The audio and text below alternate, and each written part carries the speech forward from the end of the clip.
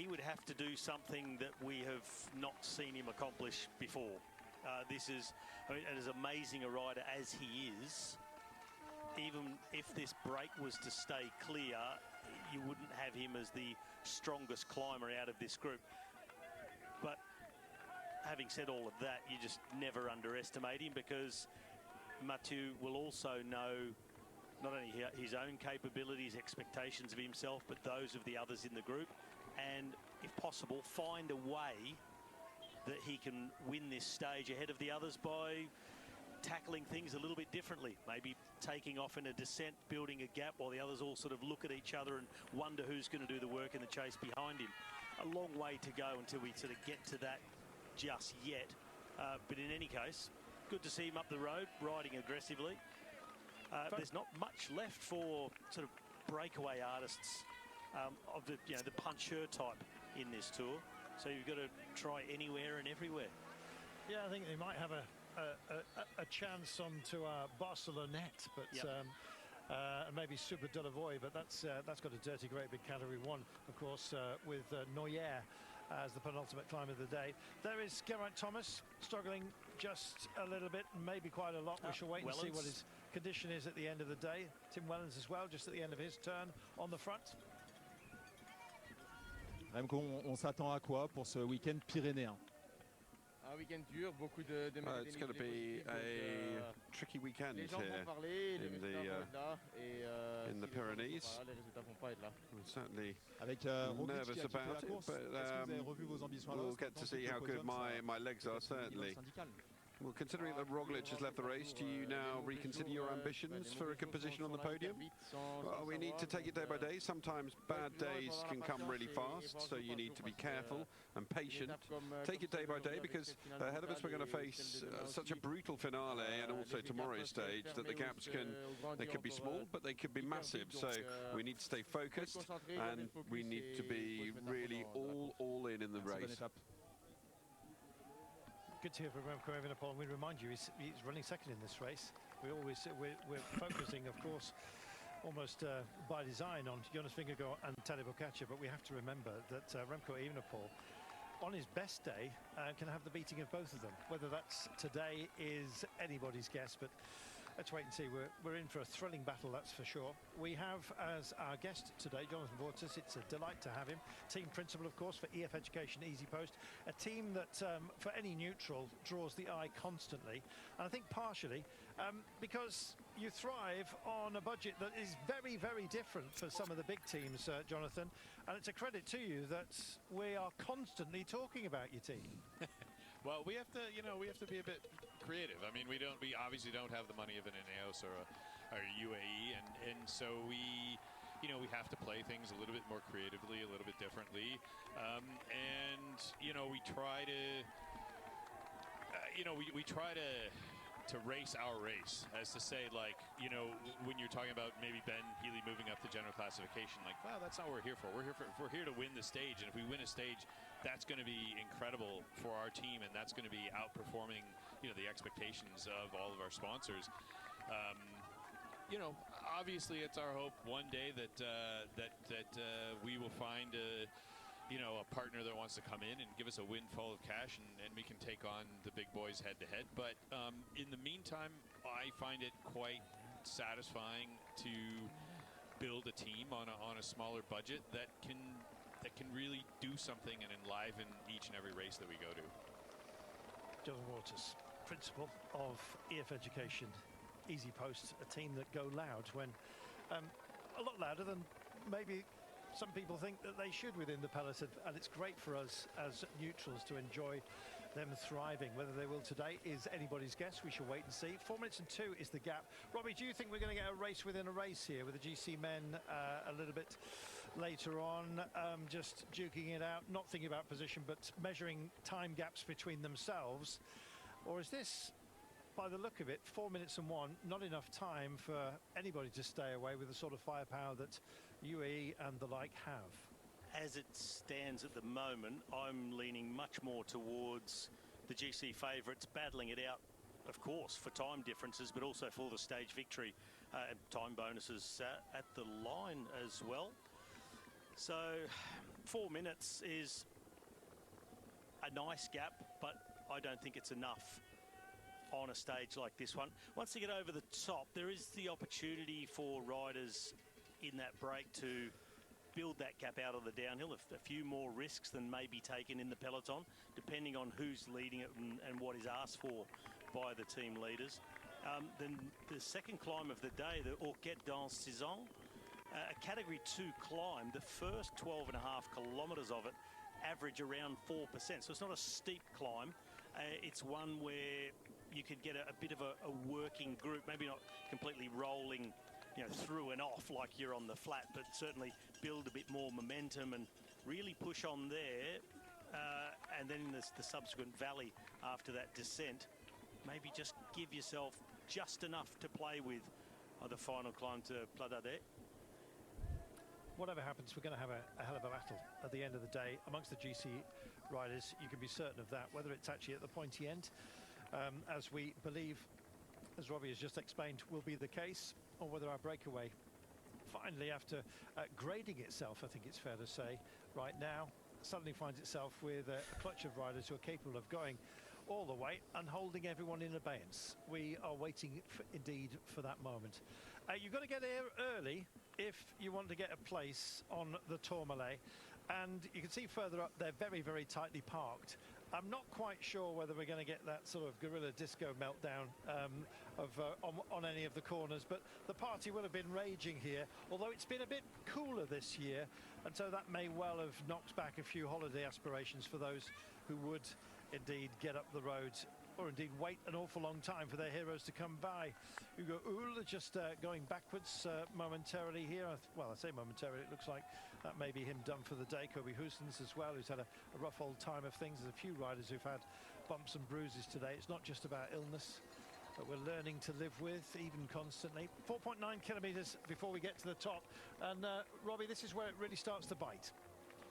Well, it does tend to get a little bit steeper towards the top, also more open, where we heard Hannah talking about the breeze that was coming across the top of the mountain. At the moment where they are, in a more protected corner, light breeze. There's one of the Basque flags flying in the background, the red, green and white. So the Basque fans will make their presence felt to the riders with all their encouragement. Anywhere and everywhere. They are the most enthusiastic. Well, the Colombians. It's hard-fought battle. Very close competition. Yeah. Do you remember when Mikkel Kwiatkowski won up Grand Colombier a couple of years ago? No, in fact, it was last year, wasn't it? Stage 13. I thought it was 2 years. It was last year. Really dialed the clock back. He's one of those riders who, because he came as a youngster and had such great success, took the Worlds, don't forget, in 2014, 10 years ago. 34 years of age. Can he still do it? Well, he's up towards the front. Well, thank you. I mean, he's a former world champion. He has a world champion. I mean, last year, I'll tell you, we were thinking that James Shaw was going to win the day, and Kwiatkowski, took it away from him. And it's funny. I was talking to one of the rider agent, who's Kwiatkowski's agent at the time, and I said, yeah, but he's not really a climber. And he said, hey, listen, remember, he was a world champion. He has the motor of the world champion, so that's why he won and he beat your rider. Oh, yeah, okay, you're right. Yes. So fair enough. Yeah, he's such a gentle character off the bike, but totally belligerent when he's on it, Robbie. He is. He has a great deal of self-confidence. I've known him for a very long time. He turned professional with the Radio Shack team in 2011 when I was there. He was 19 years old. Yeah. He's been around for ages, He was this little kid, and then he started to show us his power on the road, and it was quite incredible. And he's built a formidable palmarès since then. And I tell you what, couldn't Ineos use a victory in this race? I mean, okay, they've got Carlos Rodriguez hovering there in the top 5 of the general classification. But for everything they've been through so far and what's still overcoming the team, we've just seen Geraint Thomas be dropped. I heard he started with COVID this morning. Pidcock out of the race today as well. Yeah, the team could really use something to put a bit of wind in their sails. I think so. I mean, these cherries that we pick throughout the tour, Jonathan, this today is a big one, isn't it? It's a huge result if indeed you take the first serious mountain stage. No disrespect to any of the other stages that we've had, because they've been royally entertaining, but we're in the Pyrenees, for goodness sake. It's a day with the Tourmalet.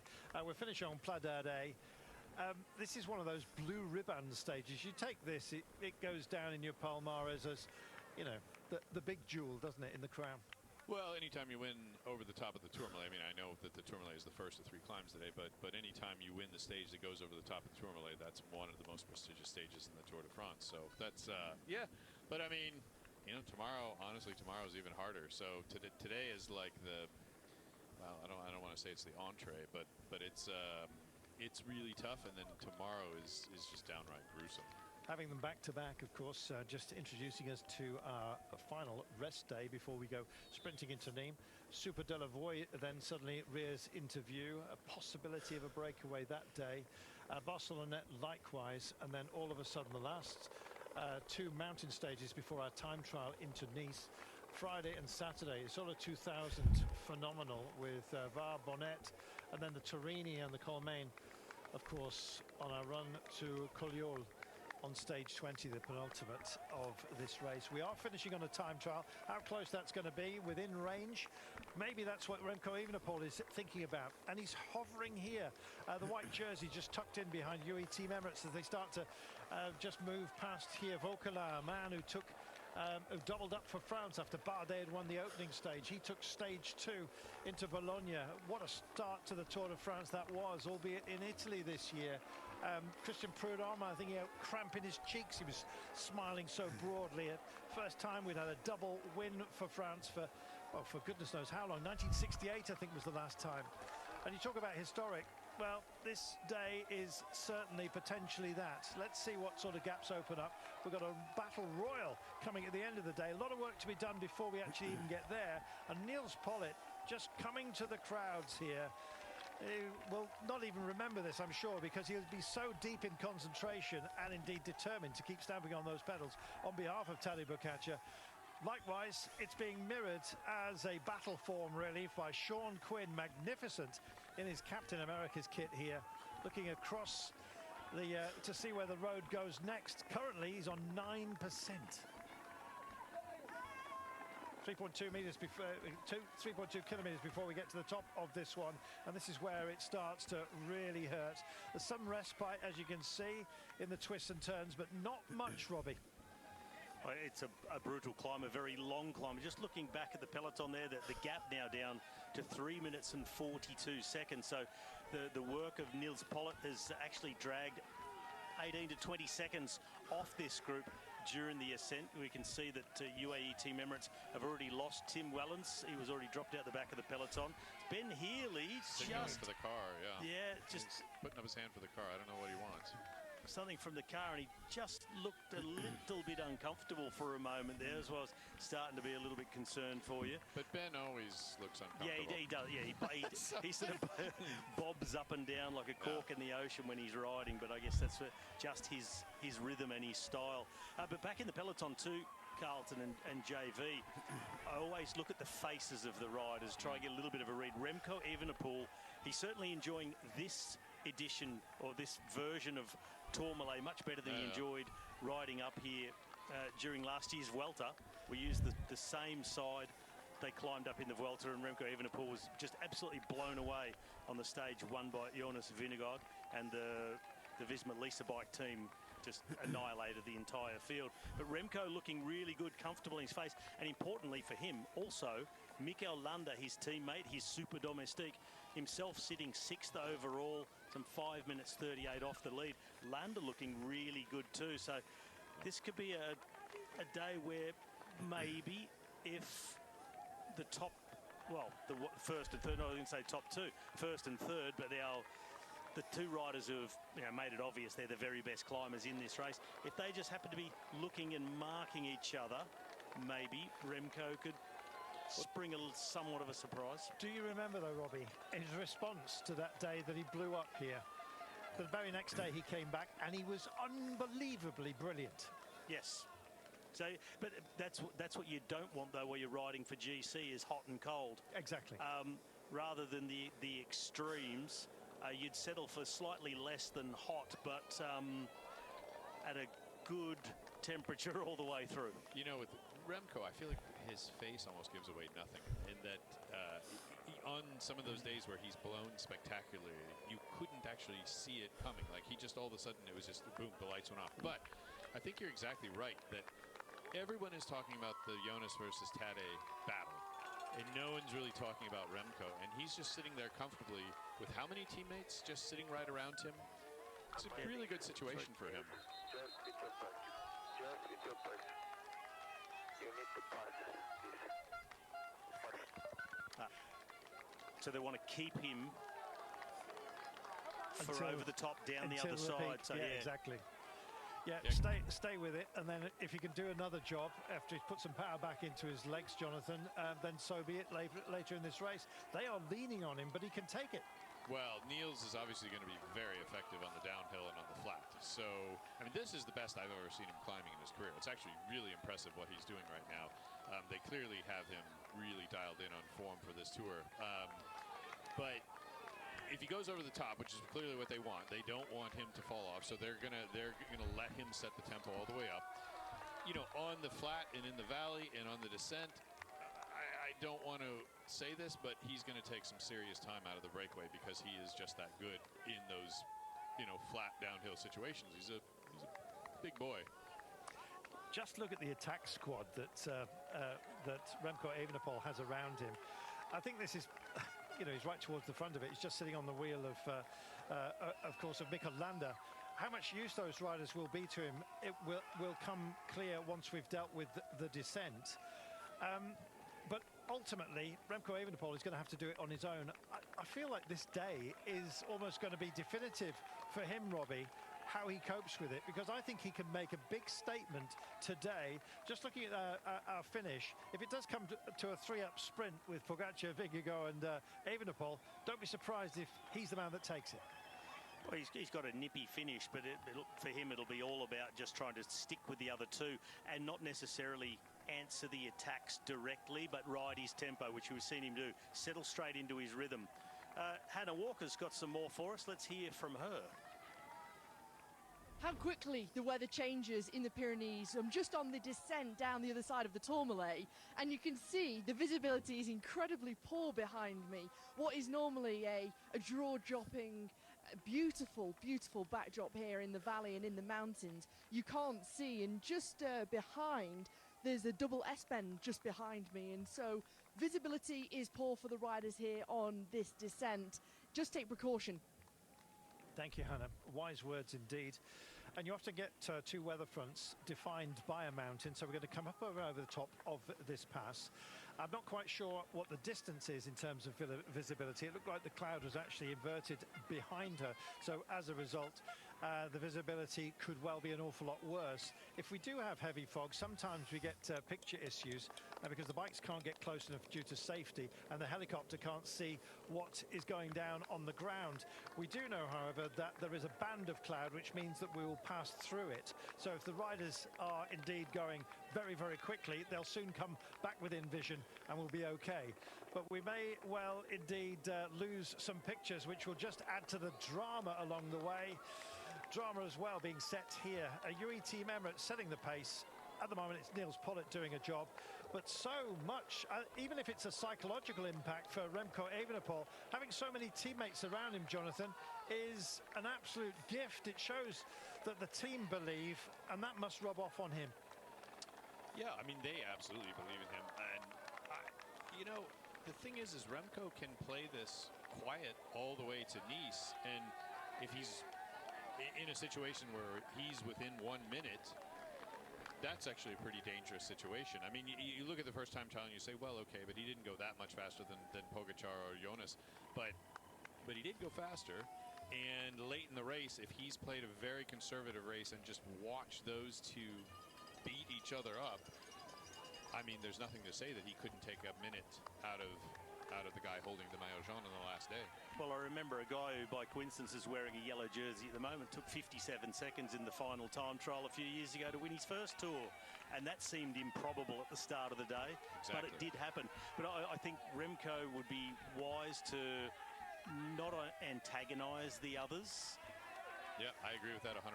Just play a quiet race. If he, because nobody's really asking him to do anything. He's got a great team, obviously. They're around him. Nobody's asking them to set the race up. Nobody's looking at him to attack. Nobody's looking at him to force the race. I mean, he can sit and conserve and conserve and conserve. And if he can keep himself healthy and rested until Nice, oh, you never know. Because what we've seen on the climbs up until now, that really Tadej Pogacar and Jonas Vingegaard have been the strongest two climbers. If Remco was to sort of get maybe overconfident and make an attack, get counter-attacked, he could lose a whole chunk of time. As we start to see moves at the front, David Gaudu is thinking about the extra prize at the top. It's 5,000 euros. Why not pick it up if it's lying there on the table? He's going for it. And Oya Lascano as well. Not a bad climber himself. Maybe thinking about the all-category prize of points that are up for grabs today. We could see a shift in the rankings of the polka dot jersey with so many points up for grabs. Don't forget 2 all-category tests and a category 2.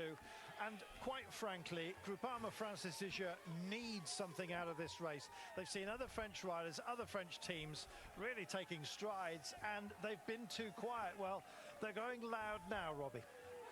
Well, they're going hard for this one. You see the face of Lascano. The suffering is very real for the Spaniard in the wheel of David Gaudu, and he's absolutely making a point of trying to go for the souvenir. Jacques Godard on top of the Tourmalet. It's not about the 5,000 euro. It's about the prestige for Gaudu, and who knows, with all the points on offer, it could be the launch of trying to have a crack at that competition. It is late, but there are many, many more mountains to come yet in this final week or so of this Tour de France. 400 metres, just listen to this crowd.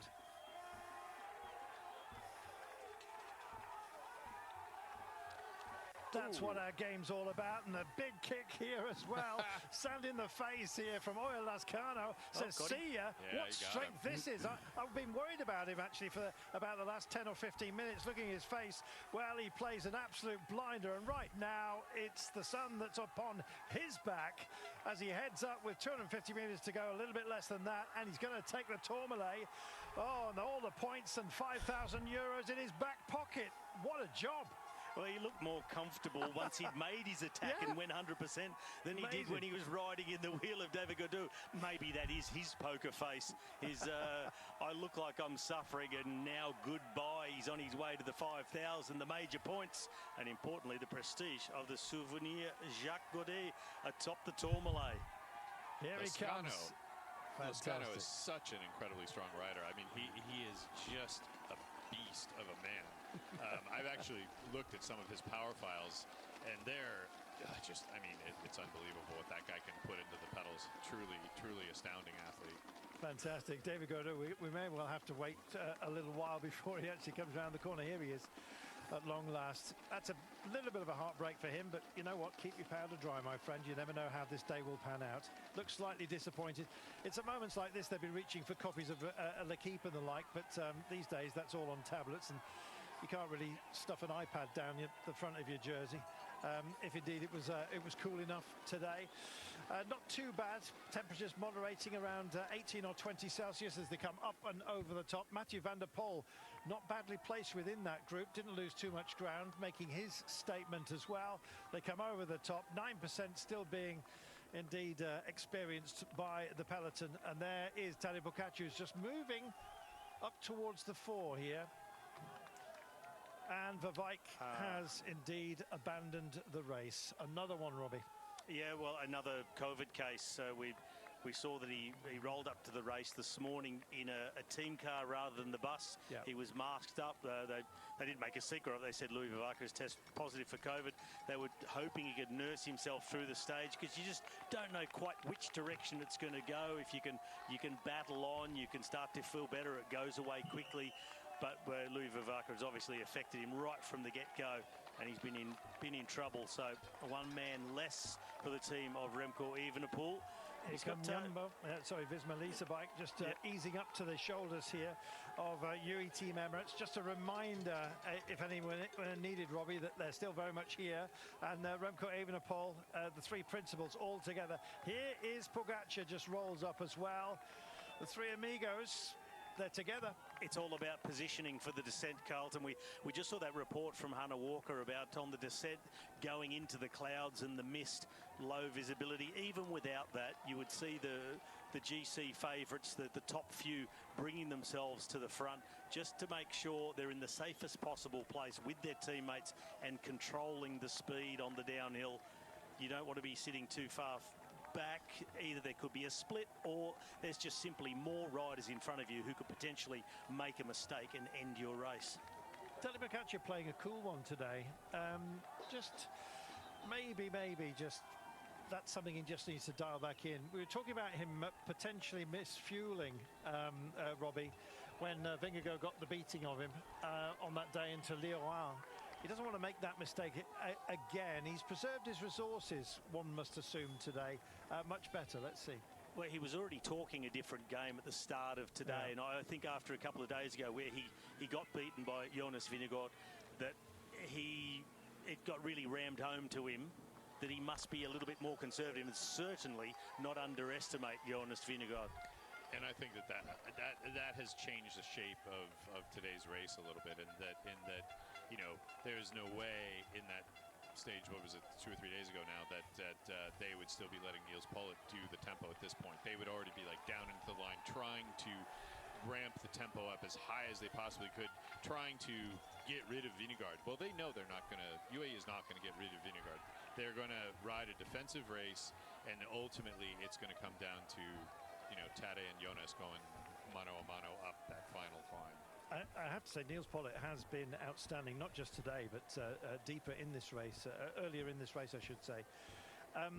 Where he finds, for a big man, where he finds the resources to do this, I do not know. They've actually told him, look, keep on doing what you're doing, recover maybe on the descent. They're clearly going to call on him again later on, unless, of course, Tadej Pogačar has some attack-minded moves planned a little later. They come over the top of the Tourmalet, and this is where we're going to hopefully follow us with some of these amazing tracing shots as we get into our descent, just hoping that some of that fog and mist has actually burnt off a little bit. Looks like it has at the top. In fact, it looks like it's abating just a little bit here, Robbie, thankfully. Well, just want to give a shout out, show of strength. Jasper Stuyven still on this group as they go over the top of the Tourmalet.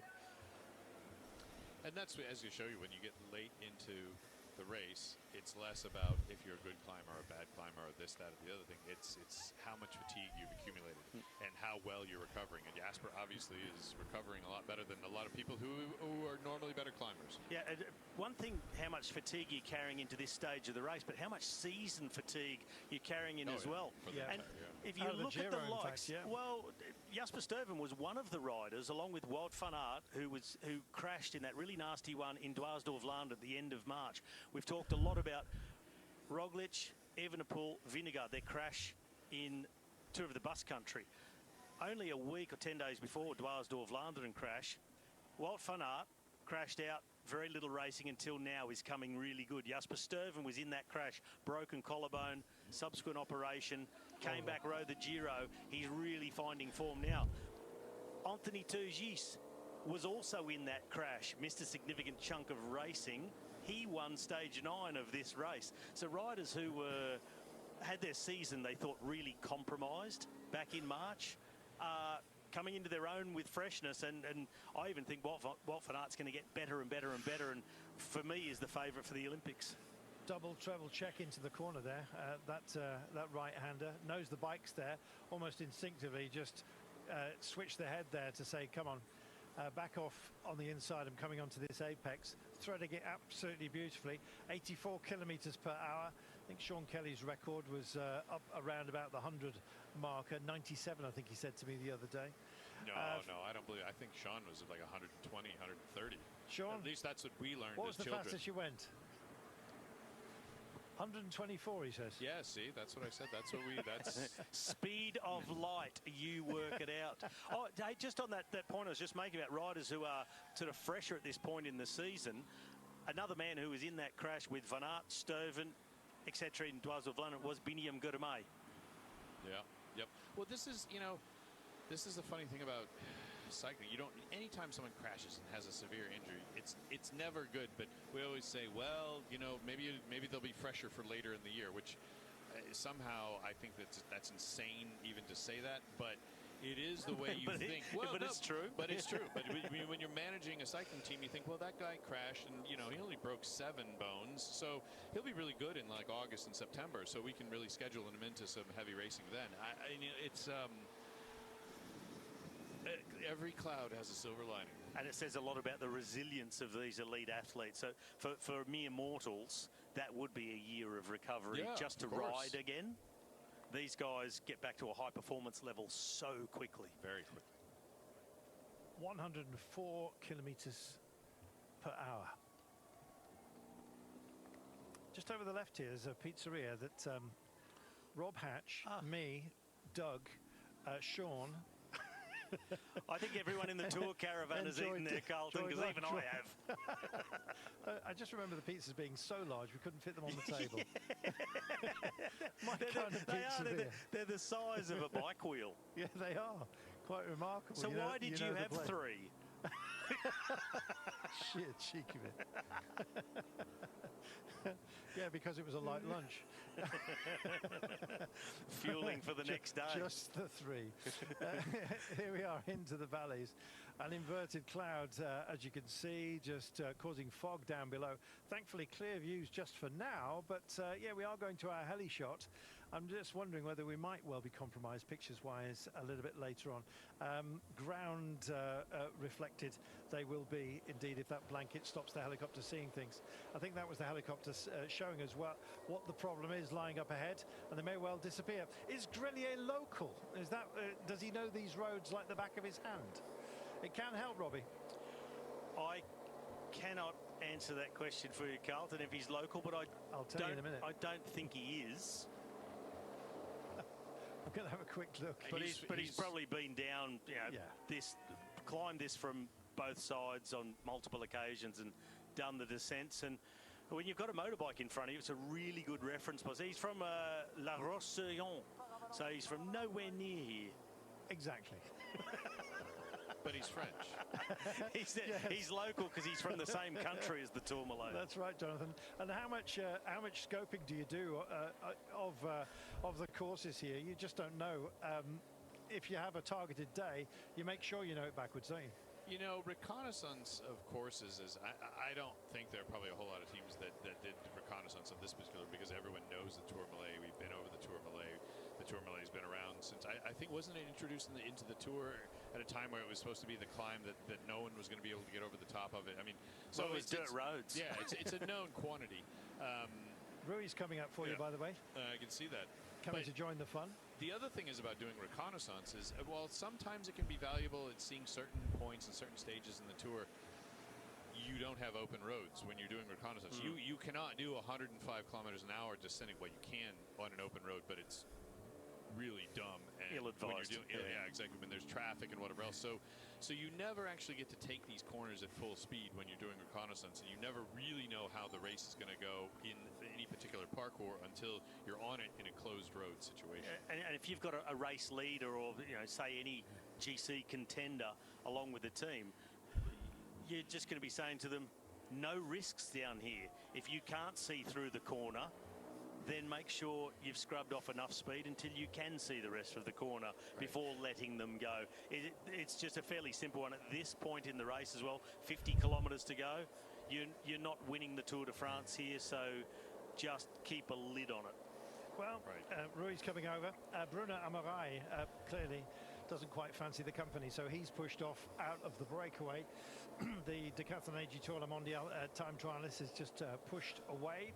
Still around 90 kilometers per hour as the road just ebbs in its intensity on the descent here. But it is a series of steps. We've just been by the way, Eugene Christophe's little forge along the way. Bruno Amarai is a local boy, by the way. And so I think this is possibly he just... I don't know if the family's waiting with flags a little bit further down the road here, but you never know. 3 minutes and 39 back to the peloton, hooking back up with them, and always good to get tabs on this, Robbie. how this is forming up behind the yellow jersey of Tadej Pogačar at the moment. Well, everybody just in cruise control at the moment, letting the team of UAE just dictate the pace downhill. We know Tadej Pogačar loves to race and isn't afraid to go fast, but they're not taking huge risks. And in fact, this side of the Tourmalet is a really nice descent. Compared to what they just climbed up, that is the tricky descent on that side. Much bumpier. A lot of really sharp corners come back on themselves in the early part of the descent, but this side much more open, flowing, rounded hairpins. A much easier descent mentally, concentration-wise, to take on. Well, we're coming through Santa Maria de Campan, where most famously, of course, in 2013, Eugene Christophe had time indeed added to his tally, unfortunately. You weren't allowed outside assistance back then. He broke his forks, he went to a forge, and he had to fix it himself. And I think he got blacksmith heritage. And as a result, he was able to know what to do. Unfortunately, he couldn't work the bellows, and a young boy actually pulled the bellows for him to help him, and he received a penalty as a result. But it was so unfair, I think, that they threw a statue up to him, and we may well pass by it. This as well, an observatory and a military radio antenna as well, the Midi de Bigorre. And yes, one of our colleagues spent his national service actually at this place.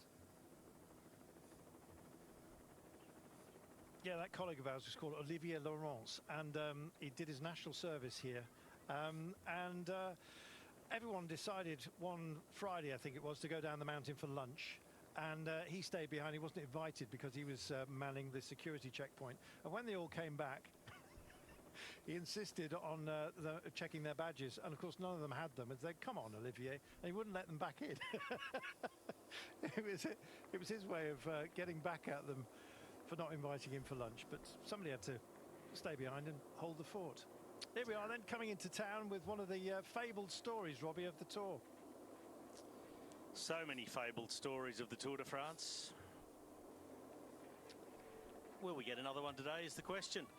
I think we might. Or will it be a regulation battle? So this is where it gets interesting for me, because right now you're going to have essentially a battle between Niels Pollitt just pulling and pulling and pulling and pulling and pulling, because he's going to empty his tank at the base of this next climb. So right now what UAE wants is for him to basically just go flat out until the base of climb. He'll get to the base of climb and then swing off, and then they'll start going into their climbers. So who's stronger, Niels Pollitt or a group of 10, or however how many of these are? Yeah, this next climb takes a little while to really get going. It's up the valley road, but sort of just a few kickers, but then gradients of 2 and 3%, a little kicker of 6, then negative gradients, little dips down as well. So they'll try and keep him on board as long as possible. They'll tell him basically hold it like it is for as long as you can until you explode. Yep. Self-security there on the side of the road. Just nearly an Ippon, wasn't it? Almost, I think. With the Olympics coming up, I'll have to tune in and find out what sort of move that was. Sweeping thigh, isn't that what Ippon means? Maybe I'm wrong. 44.8. Lutsenko just been dispatched a little bit. Don't know whether he had a wobble on the descent. Meanwhile, the peloton at 3 minutes and 42. Kind of holding station, and here is Bettiol. Radio Tour says that, I'm afraid, he has had to abandon. Is that news to you, Jonathan? That is news to me. I didn't see. He hasn't been feeling well the last couple of days, but he wasn't been sick. He's just been saying, my legs are hurting. Something's wrong. I don't know what it is. Hasn't had a temperature, hasn't had any COVID symptoms or whatever. But we knew something was off. But with Alberto, sometimes when his head sort of switches off, then he. He's an incredibly strong and disciplined and hard rider when there's a carrot right in front of him. But I think he's just been, his legs have been hurting a lot recently, and I don't think he hasn't been on top of his game.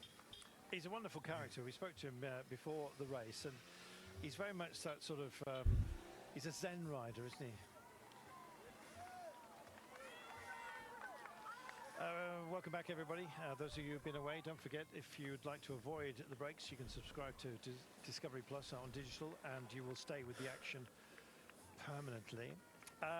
We've had some bad news, and that's Alberto Bettiol has unfortunately abandoned the race, not been feeling well. We're blessed to have Jonathan Vortis with us, team principal of EF Education Easy Post, saying that Alberto has been complaining of just not having the legs of late, been sore, been feeling not 100%, and sometimes you have to find other projects even deep into a Tour de France. We're going to see him in the Vuelta.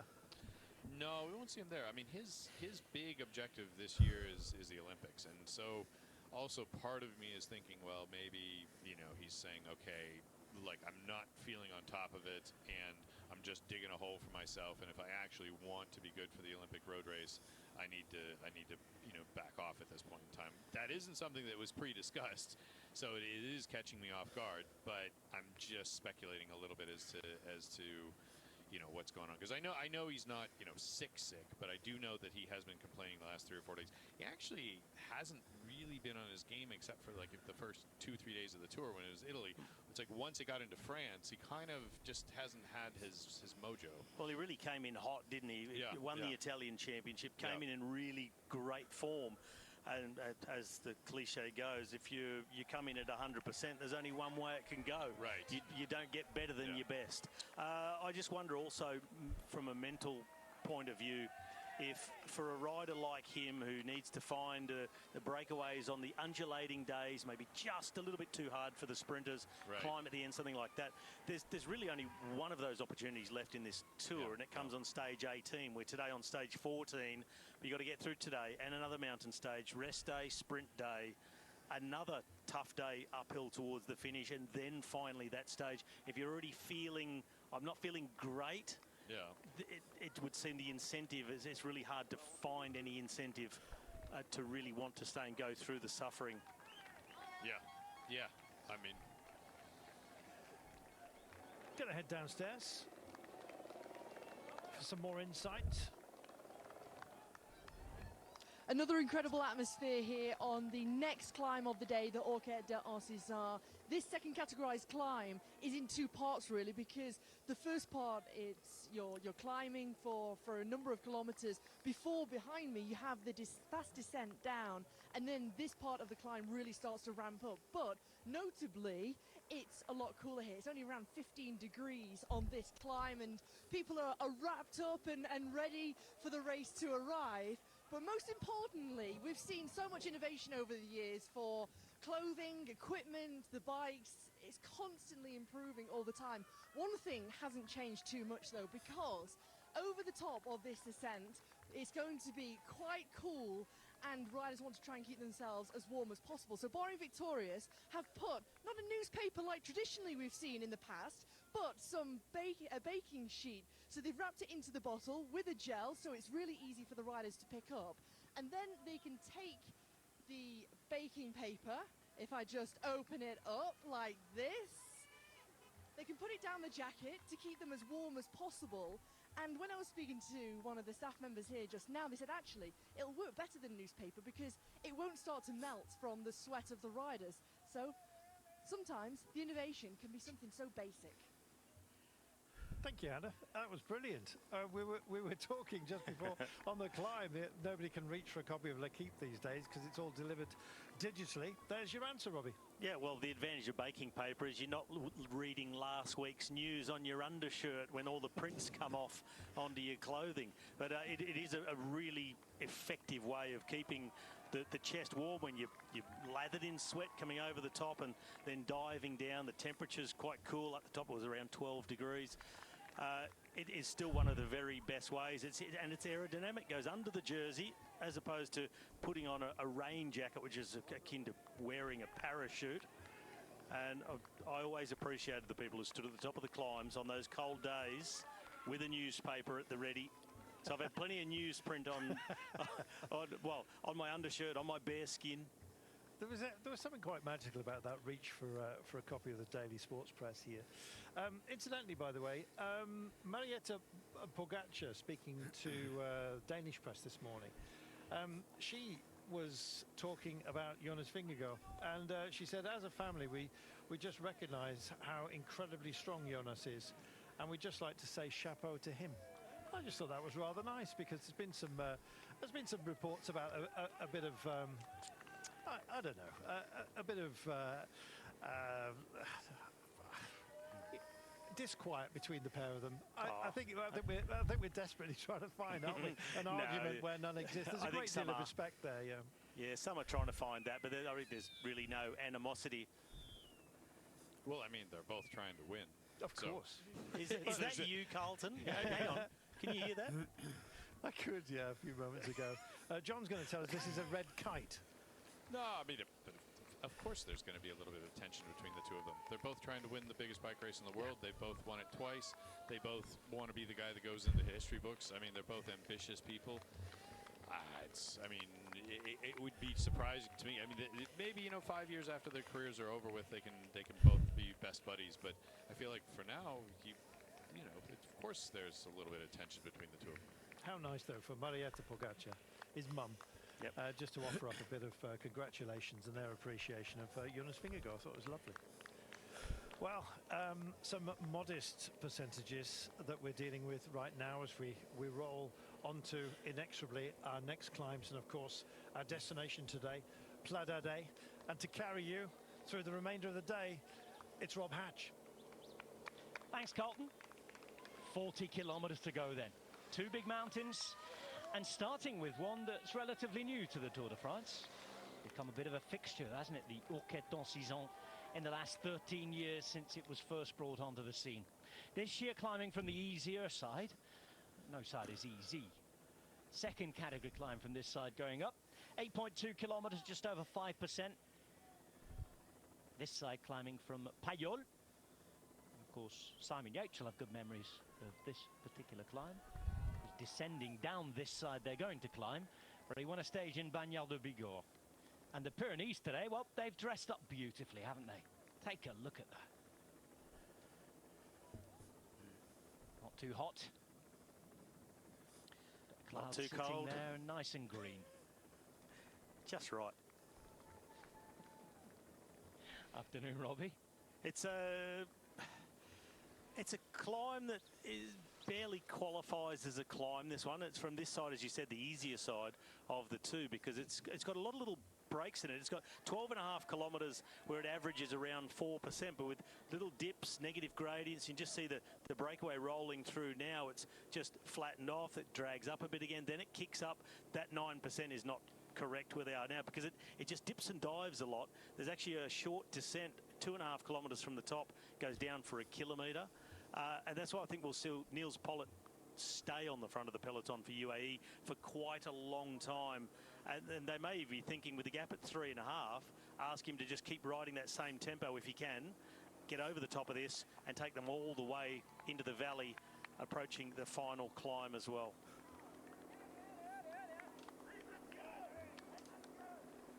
Just inside 40 k's to go, and what is it, 3 and a bit kilometres before we begin those 8 kilometres up to the top of the Orquette d'Ancizan. Bit of a replacement on the route every so often for the Col d'Aspin. Does the same sort of job, gets us to the same valley. And we're seeing Louis Meintjes here attack it with some gusto.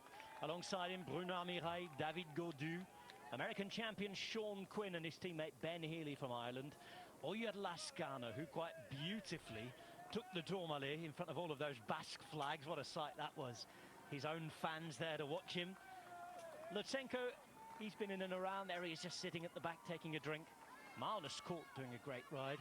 And of course, we see Mathieu van der Poel in the rainbow jersey. Magnus Cort may be deciding to get his face on TV as much as possible today before he gets to the rest day, where he has promised to dye his moustache blue. He put out a call to his social media channels. Say he was on around 160,000 followers on Instagram. He said, if I get to 200,000, in brackets, which won't happen, I'll dye my mustache blue. He said it took a matter of hours. I was wondering why it had happened, actually. I mean, I'm fixated normally on his Instagram account because I love his hotel reviews. But I'd missed the memo about dyeing the mustache. I just heard from Anders it was going to happen. That was why, was it? It was to get more followers. Yep. He's actually, Magnus is actually really strong this late in a Grand Tour. And on a mountain, I mean, people don't think of him as a climber, but if you look at, for instance, last year's Giro d'Italia, he finished third in a mountaintop finish stage.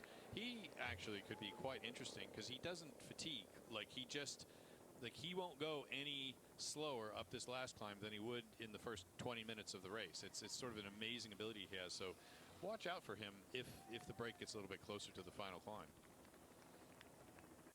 One long line here chasing behind it. It's still Niels Pollitt. Sean was marveling about him on the first mountain stage we had. This is the second proper mountain stage, I guess. We've been up into the mountains in the Massif Central since then. And as we get to the mountains, of course, Robbie McEwen's going to wave goodbye because it's not his terrain. Robbie, you're off to the breakaway. One big mountain per day is enough. I'll go and watch the rest from the armchair. I won't be in commentary, but I will watch it. Thank you for that. See you in the break. We'll hear from you in the breakaway. Jonathan will be joining you, of course. Orla as well afterwards. Sean's going to return in just a minute. Before you go, Jonathan, Healy and Quinn in this break, what's the chances? Well, I mean, they need that gap to be at 4 minutes, not at 3 minutes and 18 seconds. You know, even though it's only, quote unquote, only one rider, i.e. Niels Pollitt, I think that qualifies as about 4 riders. Pulling, you know, the break is not maintaining its gap. And Ben or Oyer Lascano or Magnus Kort or Luis Menkes, for any of them to actually make it to the line in front of Jonas and Tadej, they're going to need a big margin going into the bottom of the climb. So right now, I don't love their chances, but the moment that Niels kind of swings off and says, okay, my work's done for the day, maybe there's an opportunity that the break opens up a little bit more of a gap. We'll see. We'll see exactly what resources they have left as well, because they are weakened resources at the minute, as we're seeing throughout the whole peloton. This is what's coming up immediately anyway. And leaving the Lac de Paillol, finishes before, going up to the Orquette d'Ancizan. And this is what it looks like. Slightly irregular. This is the easier of the two sides, but it nevertheless is a Pyrenean climb and one to be reckoned with. Over 1,500 meters we go. It's a second category climb, this 8 kilometers long at 5.1%. You can see the average gradient very much affected by those two either downhill or very slight false flat uphill kilometers. Sean Kelly rejoins us after his break. And Sean, we've got 10 riders at the front, extremely strong riders. But your mate Niels Pollitt, he just can't stop himself. What a ride he's doing again today here. And on the terrain, you'd expect him to be struggling a bit, but as you said, Rob, he's showed already in excellent shape, and where the grade is not real steep gradient, he is just a powerhouse. And you know, against the break out front, we can see he's just slowly pulling that break back, and they are working quite well together, although they're not giving it their 100%, and rightly so, because they are trying to spare energy. They're looking at each other. Nobody wants to give it too much with what's to come here. And yeah, this climb now, Orquette, is going to be an interesting one. See how long Niels Pollitt will last here, and it is getting to a point where they will have to start, you know, pushing on in the breakaway if they're going to have any chance, because 3 minutes, unless there's somebody really good in this group, this breakaway, is going to be a disappointing one again for the break. Danny Rowery joins us as well with 37 kilometers to the line. Danny, there were a couple of different schools of thought before coming to this tour. I was speaking to some people, sports directors, riders, people around the tour, saying, there's going to be loads of breakaway stages. There's going to be loads of them. There were others who said, not a chance. Pogacar, Vingegaard and the rest are going to go at each other every day. The break stages are going to be maybe a day that the sprinters fail to control, or maybe one of those, you know, like we had the other day in Le Lieuron. That didn't turn out to be so. what's this looking like? Because Sean was saying the gap's coming down, and Jonathan, who's still just about sat next to you before he goes off to the breakaway, he was saying too that they needed more time.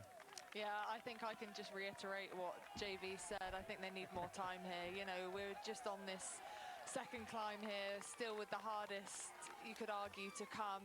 And, you know, the way UAE are riding behind, I think it's clear to see their intent, you know, for today's stage. And that has been the narrative of this tour so far, hasn't it? You know, we haven't really seen huge chances for the breakaway.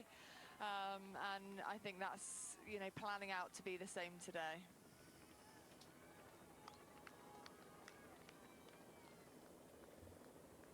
Lag de Payol, be careful of the falling inflatables round here. Remember that? That was an incident, wasn't it? Dearie me. Poor old Yates. Steve Cummings coming through. That was a day to remember. Not always for the right reasons. A disappearing Flamme Rouge. Thankfully no finish here today. Race ongoing with Matt Stevens in the peloton. I'm just here with Christian Knaes, just behind the lead break. Christian, pretty good situation. How is Kwiato feeling out there at the moment? Yeah, he's all right. Feeling quite well. He's riding well, you know, and good situation, of course, yeah. How much do you think the break need to head into the final climb to have any chance of staying away?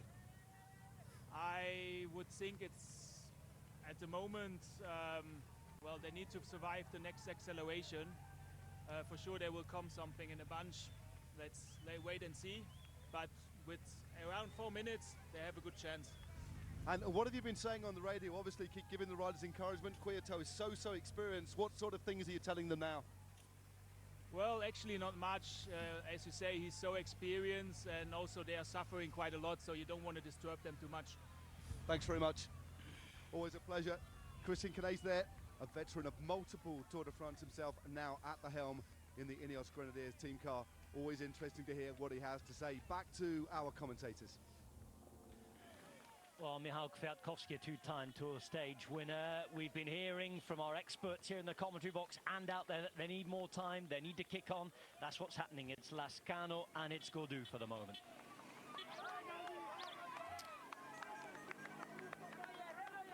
I'm a little worried that Ben isn't responding to this, but maybe that's just that Ben is actually being cagey, which is not normally a word I'd use for him. But I mean, he's been so usually the one so launching far, the hostilities, isn't he? He is, and also it's measuring your effort at this stage as well, because, you know, we're talking about needing a little bit more time, or a considerable amount of time coming into that last climb. But you have to measure your effort, and if you're making multiple, you know, big moves, explosive moves going into the red, that is so damaging. So actually, I think, yes, you have to push on, but it's also about being measured with your effort as to where exactly you do that. That effort is done for Alexei Lutsenko for now. He was the first to be shelled out of that 10-man group. Peloton at less than 3 minutes as they begin the climb, leaving Lag de Payol and all the memories of that falling inflatable near the end. There was chaos after the finish that day. Sean Kelly was alongside us. There was all sorts happening. And I think they've changed the nature of a lot of the inflatables after that, haven't they? Probably changed the generators. hopefully. They just stay up there now, as we see Benoot, who doesn't stay up there. This is Koster backwards. Also there, losing contact is Jasper Stuyven, and that can be expected. Things changing at the front. I've always wondered what the fascination is with because this is a French TV feed, right? They love filming guys getting dropped. It's always like they're not filming the front of the race. They're like, oh, wow, that guy doesn't look good. Well, this guy looks even worse. Look at that guy. He looks horrible. I don't know. It's just sort of an interesting thing. I don't think many other sports sort of film. Like when you watch a marathon, you don't watch the guys going out the back end of the marathon.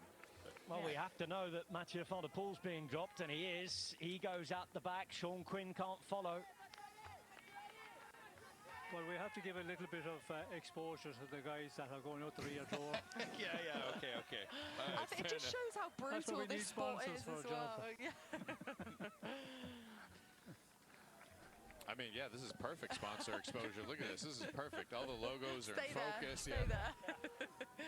But But that's an interesting one with Sean Quinn there. We could see him, he wasn't riding anymore, and I was going to ask the question to Jonathan there, you know, because we're in the situation now where it's touch and go for the breakaway. If Ben Healy was in good shape, you have to use your extra man there when you have two men out in front, but we can see he's starting to struggle already, and I think a lot of the riders here are starting to feel, you know, the fatigue is setting in at this point in the race. This day has been difficult, but 2:49.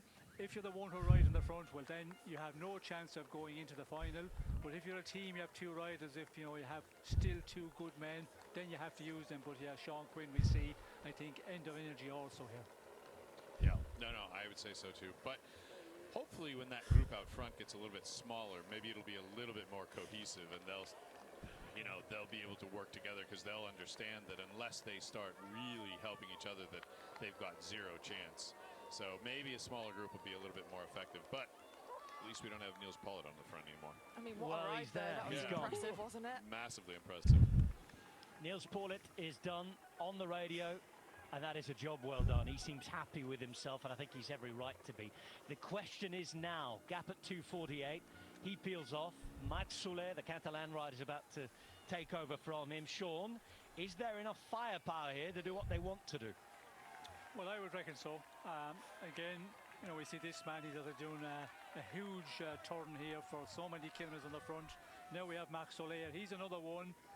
If he's on a good day, he can ride for many kilometres on this climb, and the gap is just going to melt down very quickly to the front guys, unless some of the front guys are just waiting. But yeah, waiting, have they waited too long? That is going to be the problem, and they cannot wait any longer in front. They have to try and go from a long ways out and see where they go. As we can see Ben Healy, you know, trying to keep the pace going here. Godreau in his wheel, Kwiato there following, Menkes, all of those ones that you would expect to be up here. Lescano, who was very impressive as well. So this is the time where you have to invest here, but also back in the peloton, unfortunately, they're starting to push on. UAE, I think it'll be interesting to see now in the next number of kilometres, 2 or 3 kilometres, what way this advantage will go to the peloton.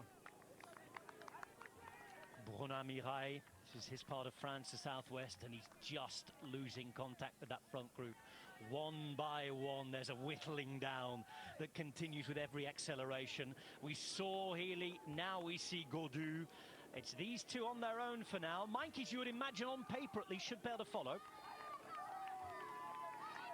This is a big surprise to me. Jai Hindley struggling here. Obviously came in with one goal in mind, and that was for Primoz. He's left the race after that crash, but early for Jai Hindley to be going backwards. Jai Hindley and Oscar Onley losing contact. The Scottish climber, the young man, and the Australian Grand Tour winner with 34 Ks to go out of the back of the yellow jersey group. With that increase in pace, it continues to be less numbers in the main group. Just holding on at the back and not doing it very successfully. It's Christian Eiking that he rides for Uno X nowadays. Yes, we've seen that Meintjes can get across to Healy and Godreau, and there's a split now to Lascano. That's caught on the radio, just letting his team know that he's been dropped. They will have a little bit of respite in about a kilometre's time, where there's around a K.5 of descent, so that might just give the opportunity for Lescano and Kwiato to get back into contention of these three riders that have just managed to get themselves off the front of this small group here. Lescano cheered on by some Basque supporters, and I think that was the jersey of Real Sociedad, one of the big Basque football teams. Lescano's an Alaves fan himself, but it'll all help. Well, you need all the help you can get at this point in this stage, and yeah, more help they will need here. And Lascano, of course, you know, he made a good effort on that climb of the Tourmalet. Maybe too much of an effort over the top, because Godreau was way back and he just kept on going, really giving it all. But he's picked up a lot of points for the mountain classification. He's going to try and pick up more. He had a number of points actually coming into the stage. He had 4, so he's at 24 at the moment. So he's making good roads into the polka dot jersey. If he can get back into the front and pick up some points on this second category, which is, you know, 5 points maximum, it will be a good day. But yeah, we'll have to wait and see. Will they get that far? Will he be able to cling on to the guys in the break already that looks to be stronger than him? Keep your eye on it.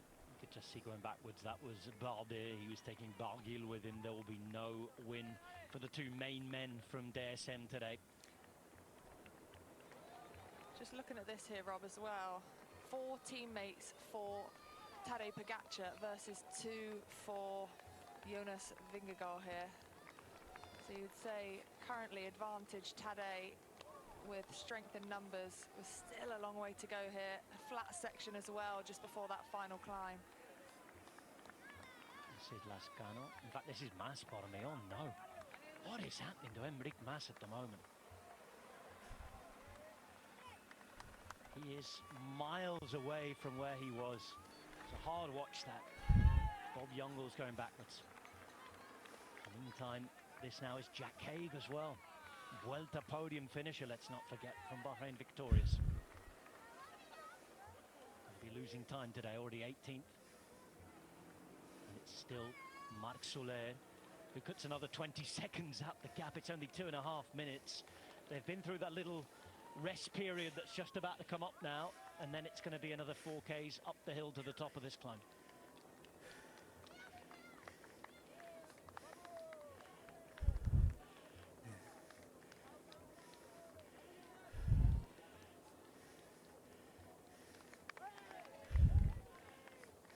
Riders all over the road at the front. It's a main group of 3 at the moment, as we see Adam Yates in there. There was a little bit of panic and confusion about half an hour ago because he was listed on some of the tickers as a DNF. And there were loads of questions on social media. Oh, is Adam Yates abandoned? What's happening? I've been frantically spending half my lunch break trying to find him in the peloton, and here he is. So we can confirm he's in the race, thankfully. In the race and looking composed at that as well, Rob here. Doesn't look to be under any pressure. Just having a little talk into the radio, though. But we're not going to be able to try and lip read, unfortunately. We might, if it's a good communication, we might get it replayed. We'll see. Here as they go uphill again. It's a really small group, considering that we just had Niels pull off. And, okay, Marc Soler clearly has accelerated the pace a little bit from when that happened, but this is a tiny group. I mean, this just goes to show you how hard this race has been. Here's the there radio are for so Visma. few riders left. And you are pulling at a decent pace. That is good for us, that's good for Jonas. Which is Now actually then, taxi ride for Jonas Vingegaard perhaps to the front there. Yeah, we talked about that on the breakaway this morning, that actually that UAE riding such a hard pace like this actually suits Jonas. Maybe actually suits Jonas better than it suits Tadej, which is an interesting, because if with Tadej he can handle a more explosive stop-start sort of race, whereas Jonas wants it to be steady and hard all day long. So it's almost like UAE is riding Visma's race for them. What's your view on that, Sean? It's an interesting one. I think Tadej Pogačar feels that Jonas, he is going to start tiring as this race go on, because out of competition for so long. We did all talk about the first week of this tour. It would be really difficult for Jonas Vingegaard to be able to be competitive and limit his time losses. But what a magnificent job he done, and he even surprised us by winning that stage. But I think within UAE they will feel that make the race hard every day, just grind him down, and as the race go on he will get tired, because after the Basque Country accident, off the bike for quite a while, not having racing, not able to train, so we haven't got the real foundation to go all the way in a 3-week race, and I think that's what they are banking on. But the other side is, as Jonathan has mentioned, will Pogačar be able to survive this 3-week as well? The Giro, let's not forget, is new terrain for him coming into this one, doing the Giro and then having to do the France at this level as well, the way it has been competitive. So, you know, there's a lot of questions, you know, to be asked there, and the answers, I don't have them for the moment, but we will see. I think some answers today, we might see them, and tomorrow, because this is the real big mountain test for the 2 big favourites. And then you can go down the GC board, of course, and we talked about the man who was just sitting there, Remco Evenepoel. You know, he's in the shadow of them, and nobody's talking about him. But again, from what we see of past in the bigger mountain stages, he's just a bit off the pace of the 2 big men for the fight to win this race. A reminder that this today is the first of 4 summit finishes. We're only really just getting started.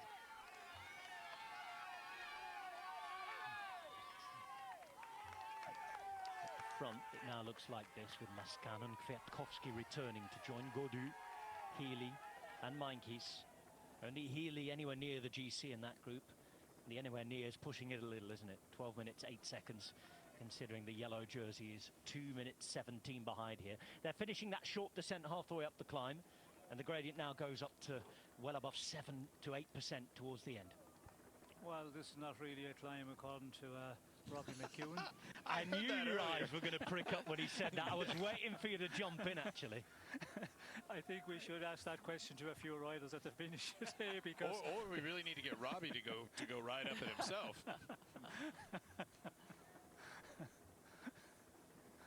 No, this is the one that's going to hurt him. We can see here, you know, the pace.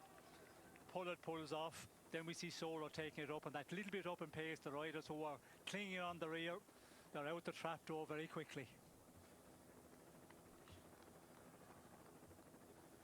30 kilometres remain. The first of big 2 days in the Pyrenees. The primary Pyrenean battle. Here we are.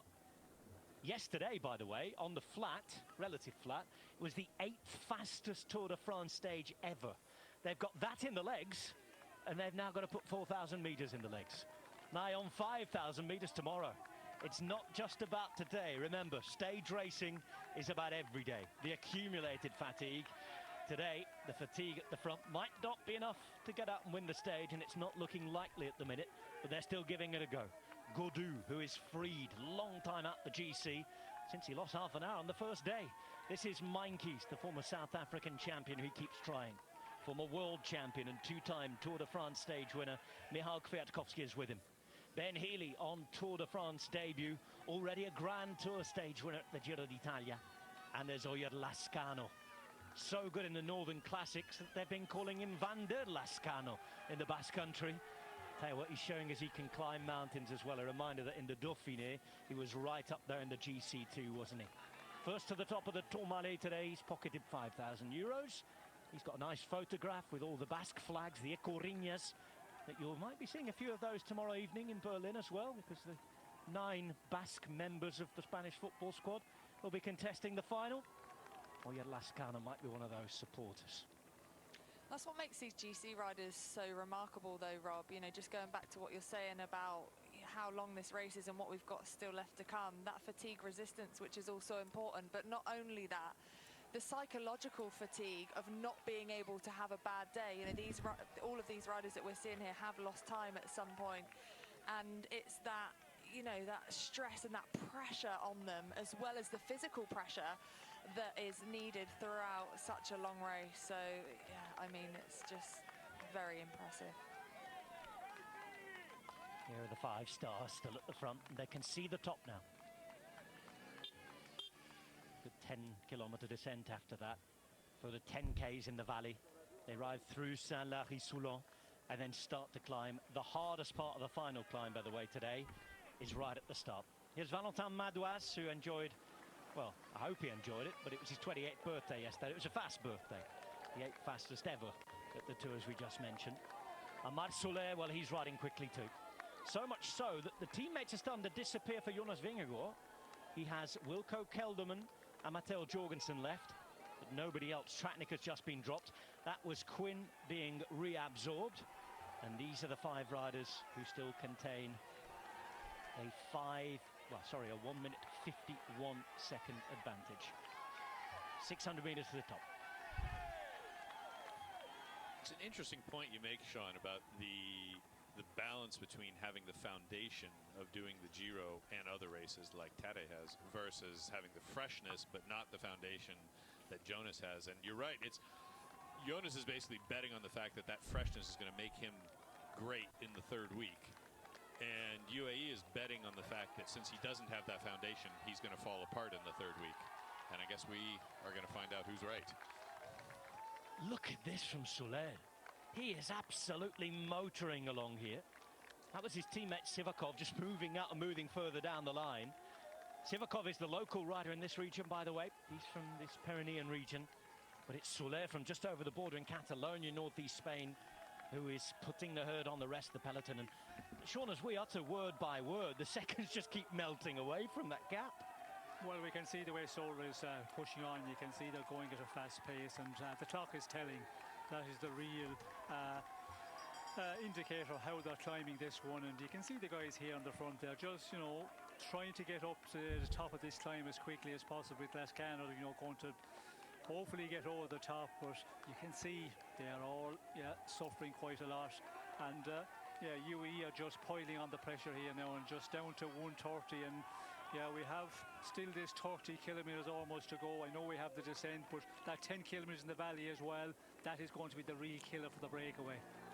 It's also into a headwind. Oh, action. And it's for the King of the Mountains competition here. Lascano looking for 5 more points if he can get them.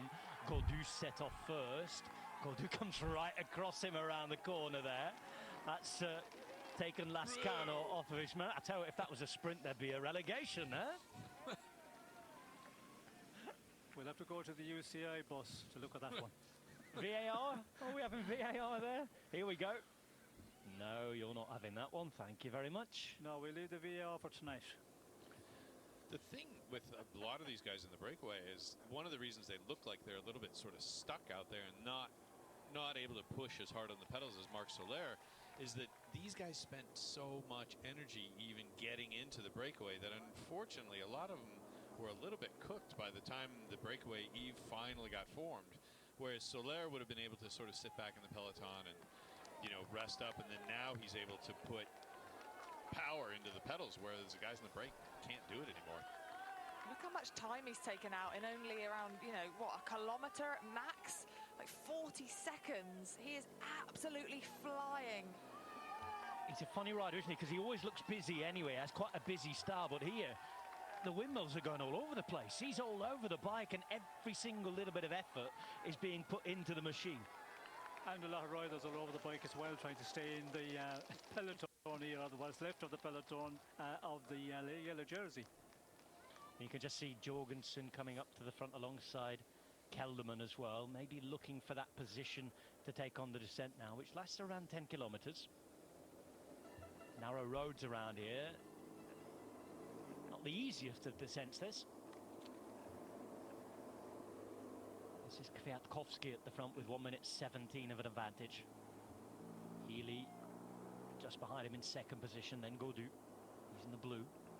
Lascano with that royal blue Movistar jersey on at the back, just behind Meintjes.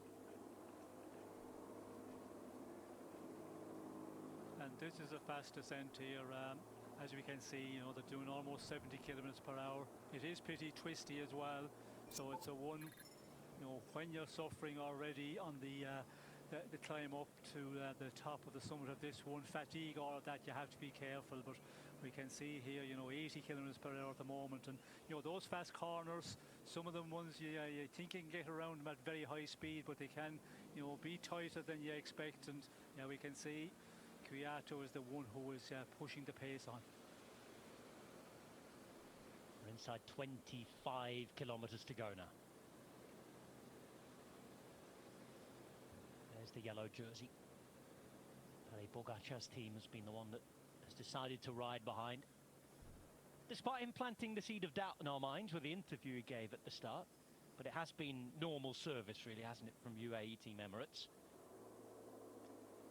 They are in the yellow jersey, let's not forget, leading by, what, 1 minute and 14 to Jonas, who we're calling as his biggest rival here. So, yeah, still so many question marks. But like JV said, I think some of them may be answered today. And the way that UAE are riding, yes, it does work in Jonas's favour as well, but it's clear that Tadej's also feeling good. Well, I think time will tell, folks. We will see what will happen on this final climb today, and that's what I just mentioned earlier on. It's going to be an interesting one today. Will we see difference between the two men here, Pogacar and Vingegaard? And yeah, the strategy of the team, you know, you can say yes, UAE are doing a good job because they're making the race difficult, but are they? Is Vingegaard going to be very good today, tomorrow? If he's good today, this will really dent the confidence of UAE and Pogacar, because if he's taking time out of the yellow jersey today, well, then it will be a difficult one again. After doing all of this work, well, you could say UAE, the break went away. Healy was the best man, a long ways down general classification. You could sit back and leave, that break take a lot of time, and just play it easy for a long time during the day, and then maybe in the final try and do the damage on the final climb here up to Pla d'Adet. But no, they just want to make it difficult, and that is sure. We see the way they set out at doing it, and they were just marking the brakes earlier on, and they have been controlling and pushing the pace really strong in the peloton. So will that be the best tactic? Time will tell. And there's 23 kilometers of time for that story to be told. Descending here into the final 20 Ks. Little section on the flat through Saint-Lary, town that Sean and I know well from a few years on the Tour de France, and the start of that climb is the same as the start of the final climb to the Col de Portet, which Nairo Quintana won after that grid start a few years ago. So around halfway up we turn off and go to Pla d'Adet. The last finish here made it through, considering the app is starting to act 10 years ago, and he was in the buggy. polka dot jersey, winking away to the camera. It's a strange old stage, that one. But this is a really hard climb, but it's the start of the climb that's the hardest, isn't it, Sean? Yes, it is.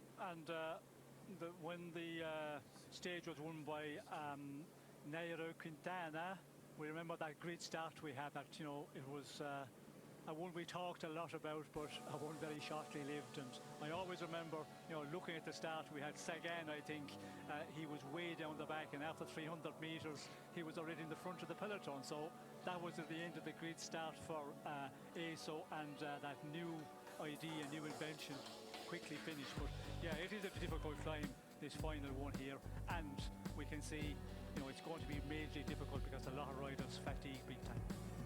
Problem for Tejada there. Waiting for a while. Beautiful pink car. Look at that.